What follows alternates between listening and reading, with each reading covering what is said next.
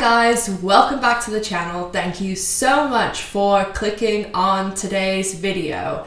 Today is day 22 in our L Word Advent Calendar Christmas special, and kind of an early Christmas surprise because today we are talking about the episode that houses the best moment, in my opinion, of the L Word.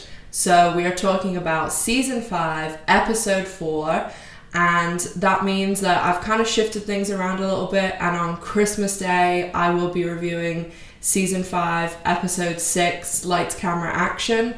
There was something else I was going to do today and I just needed a little bit more time to research it, and Christmas 2020 is probably not going to be the best for a lot of people. So why not have more episodes of the L Word to review and more season 5, which is of course the best season. Now, if you're not already subscribed to the channel, make sure to subscribe, as if you're subscribed, you'll be notified every time I post a new video, especially with season 2 of Generation Q coming out. We're going to start getting lots of news. And also, if you're subscribed, you like any of the Advent Calendar Christmas videos, and you also comment on any of them, you'll be entered into a draw to win an L Word Goodie Bag on Christmas Day, which is full of really cool stuff, some of which I had to get for myself because it was that good. And also on Christmas Day, I am dropping 2 L Word t-shirts. They are the name shirts that basically one is going to be the original cast, and it will have everyone on it, Dana, Tasha, Helena, and the main cast that we had for the 6 seasons. And then we are also going to do the Generation Q cast, and it's going to have pretty much everyone too. I am, controversial or not, including Tina. So we have Bette, Shane, Alice, Tina, Danny, Finley, Sophie, Micah, Tess, Gigi, and Nat. So you can pick between the 2, or if you're like me, I'm gonna get both. So without further ado, let's get right into season 5, episode 4, my favorite episode of the L Word. Let's get this party started. So we continue our season 5 trend of starting the cold opens out with something to do with les girls, however you want to pronounce it. And Tina and Jenny are casting for the role of Jessie. And this is the first episode we meet Nikki Stevens, who, as we know, is with us for the rest of season 5. Now, a lot of people, this rumor has gone around since this episode aired.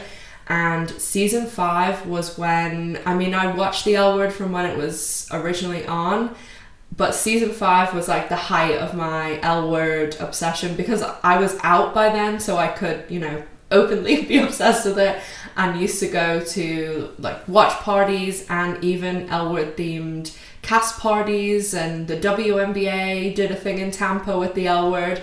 There was a lot going on in season 5 basically, and this rumor about Nikki Stevens being based on Lindsay Lohan has persisted throughout the years. I have no idea of how much truth is in it, but at the time it was when Lindsay Lohan and Samantha Ronson were dating, so it's just a funny little nugget of information that's always been floating around and ends up on a lot of the did you know about the L Word list things. So Jenny in this episode continues her reign of terror, and she is really opposed to Nikki being cast as Jessie, and Adele gets in and she's pulling on her marionette strings to get everything the way she wants.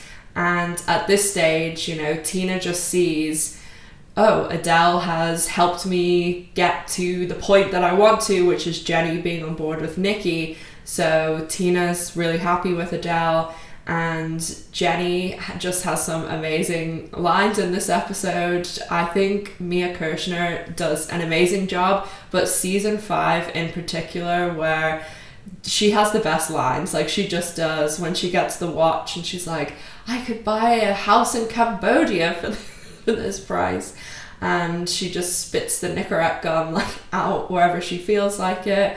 I think she does a fab job, and Jenny kind of love to hate her this season. Kit in this episode, as we know, last episode she got held up at gunpoint at the planet and they took like her week's earnings out of the safe, and we do see Kit going and buying a gun herself. This is kind of, you know, moves along a little bit more, but we do have Kit meeting the all-time best TV villain, Dawn Denbo, and her lover Cindy. So this episode just has so much goodness packed into it, and I absolutely used to love Dawn Denbo because she's just hilarious. And this whole running bit of, you know, we see Shane and Dawn Denbo and Cindy in this episode.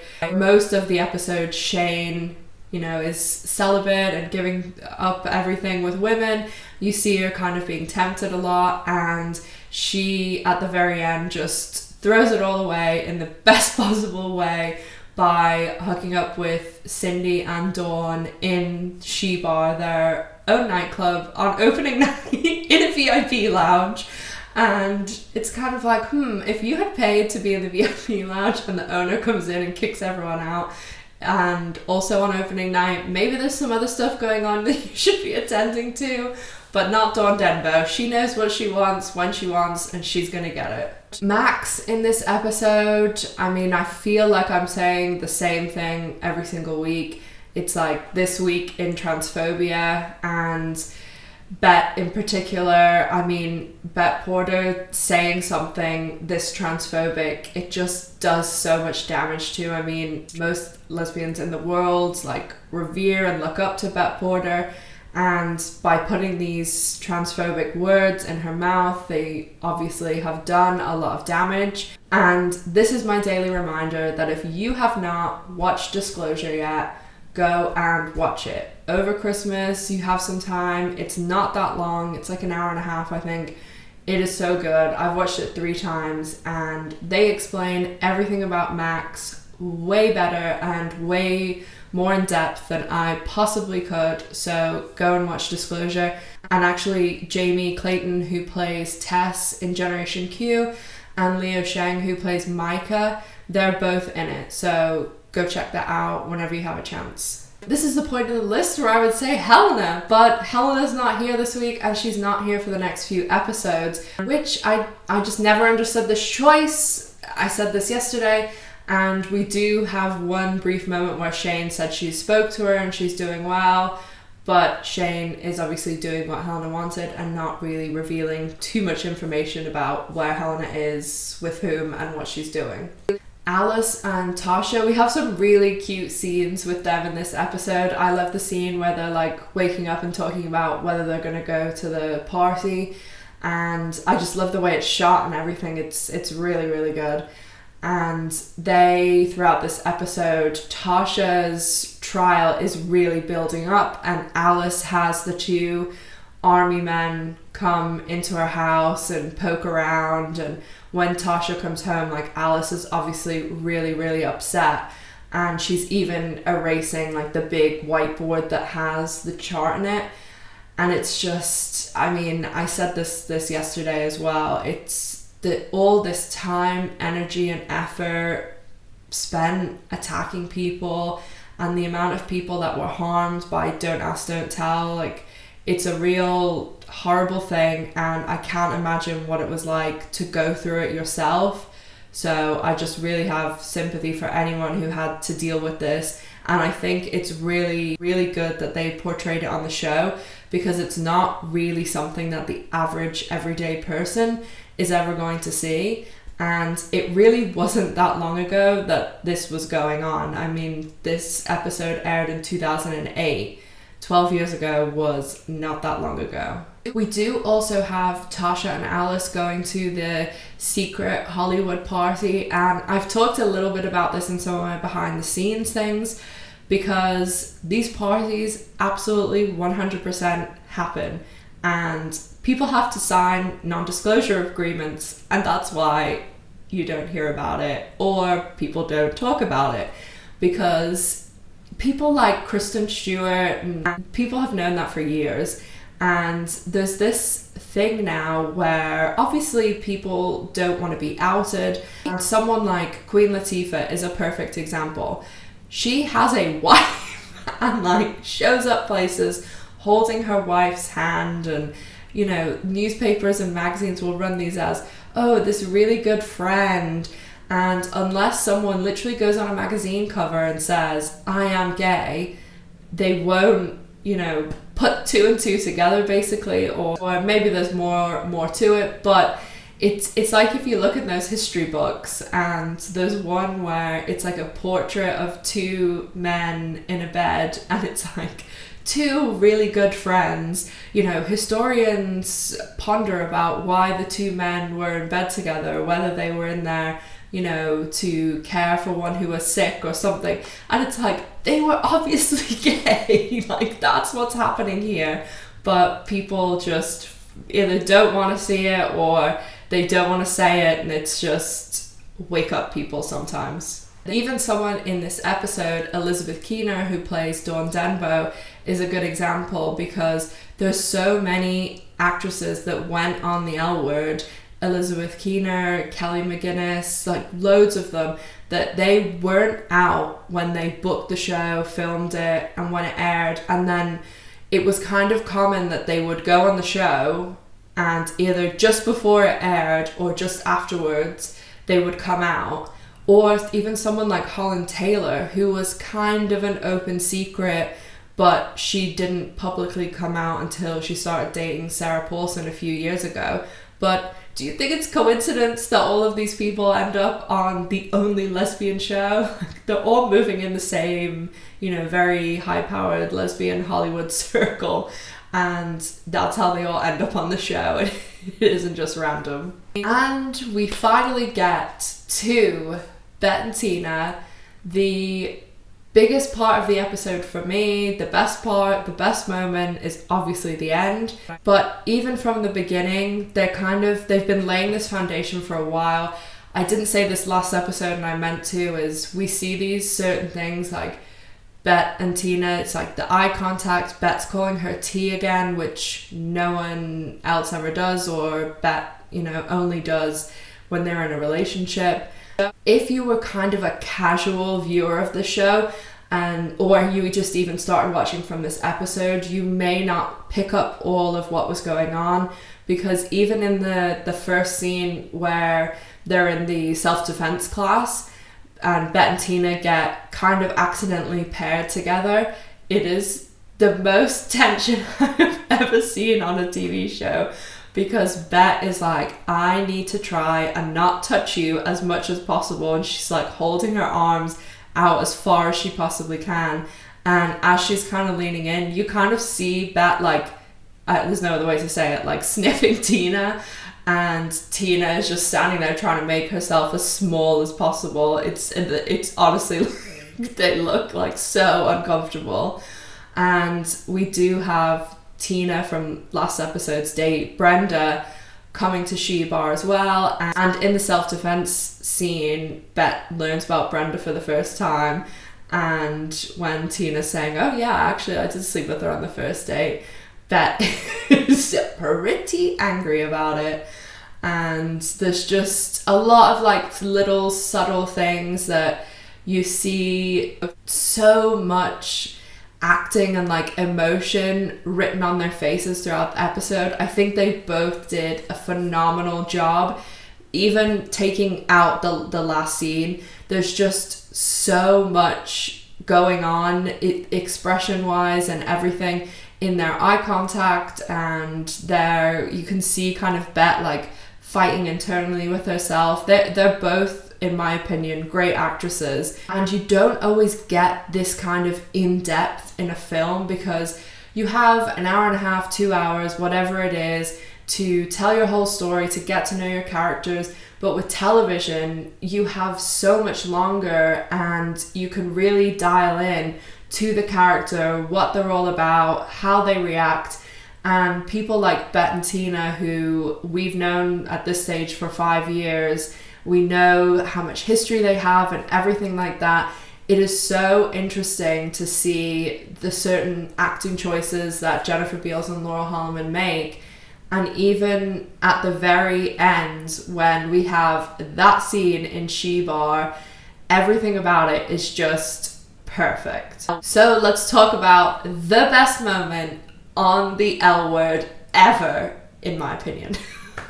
So Laurel Holloman looks phenomenal. I think this is, season 5 Tina is the best. Season 5 Tina looks amazing. Season 5 Tina is just everything about her, the way she is, her personality, her work ethic, how she handles Bette, how she handles people she works with, Jenny, everyone.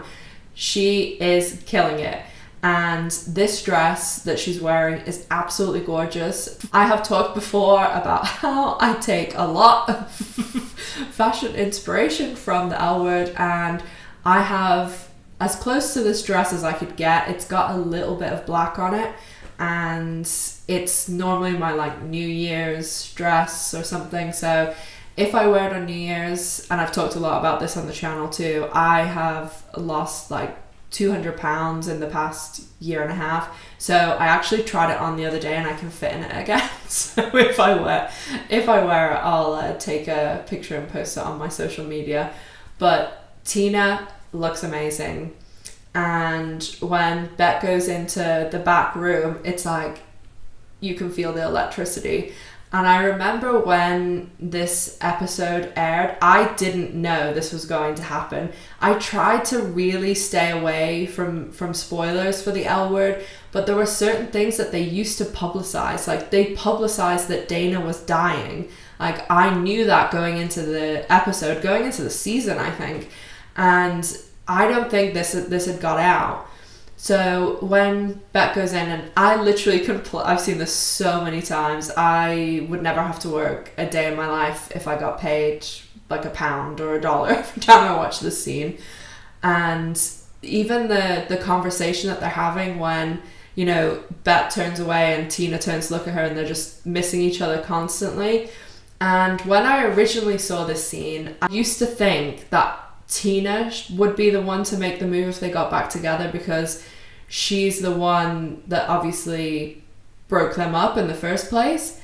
But now, as I'm a bit older, I'm like, oh no, it has to be Bette, because obviously Bette's the one in a relationship. But just the split second as Tina's getting up and you see Jennifer Beals like profile, there's no other way to describe it than like the Bette look. Like, she just knows she's throwing caution to the wind right now, and she's doing something that maybe isn't totally in her control. I'm not saying that's an excuse. I know that sometimes people call me a Bette apologist, but I cannot be mad at this moment.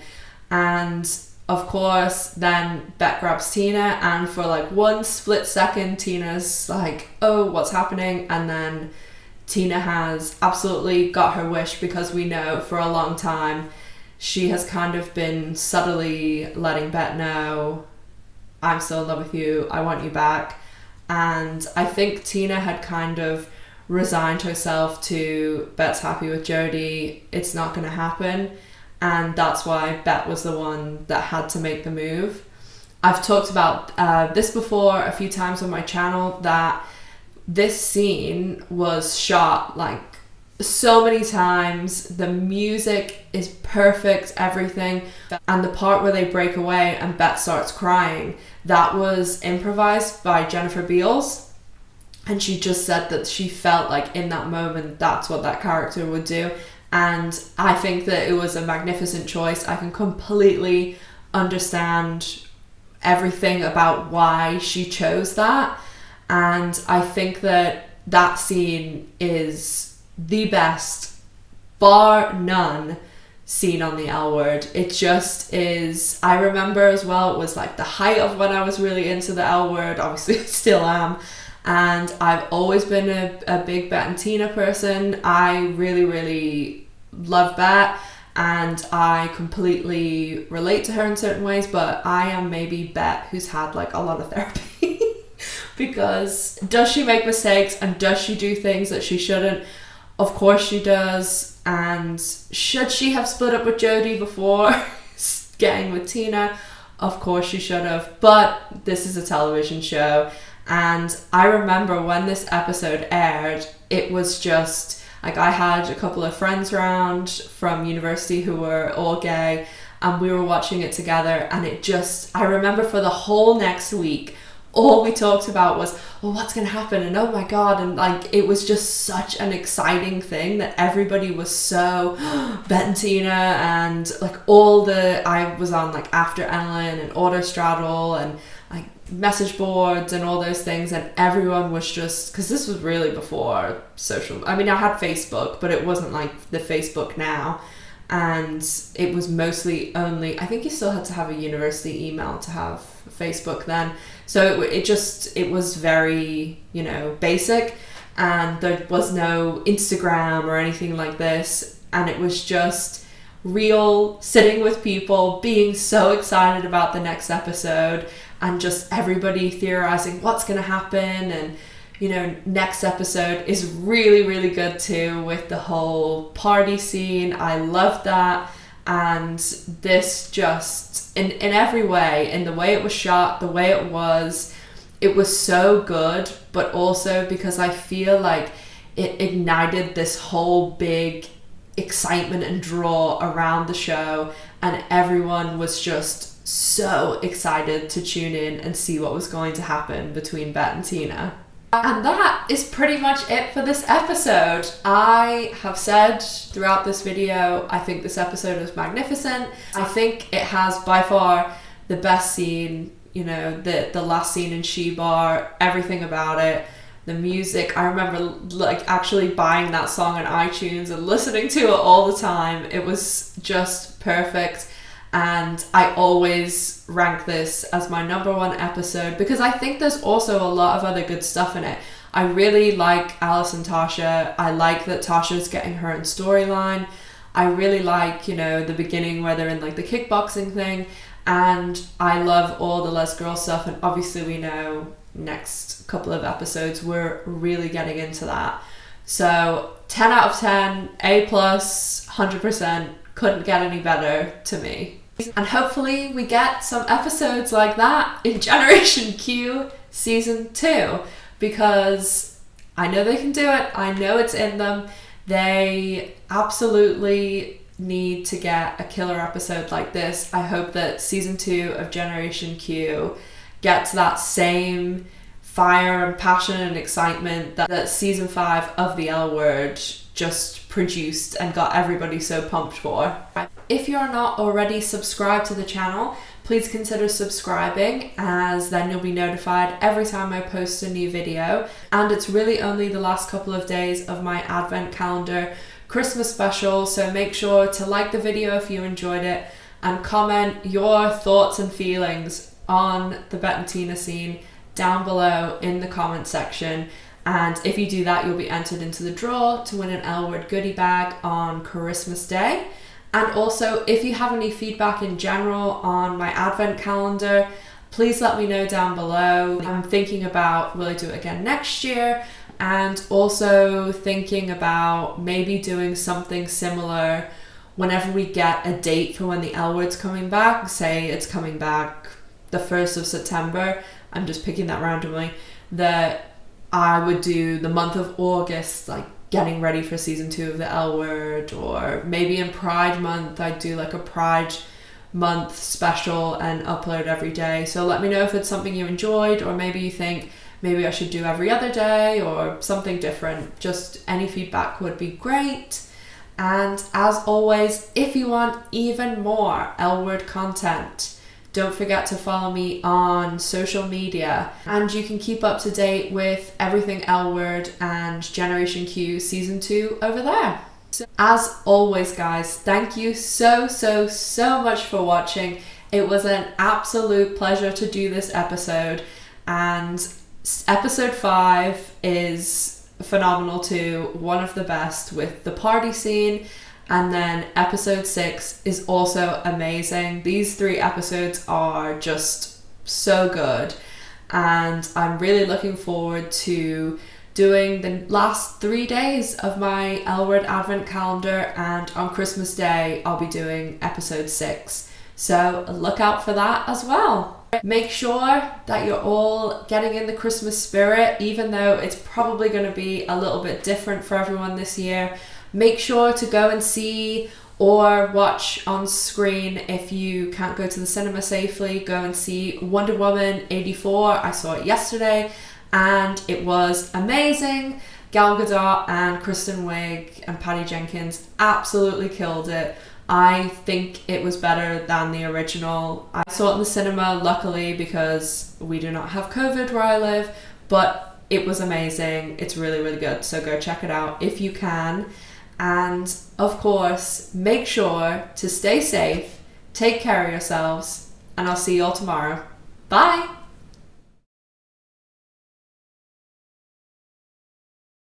Want to know the huge L Word casting news? Carrie is revealed. Click this video. And if you want to know all the behind the scenes secrets on the L Word, click this video.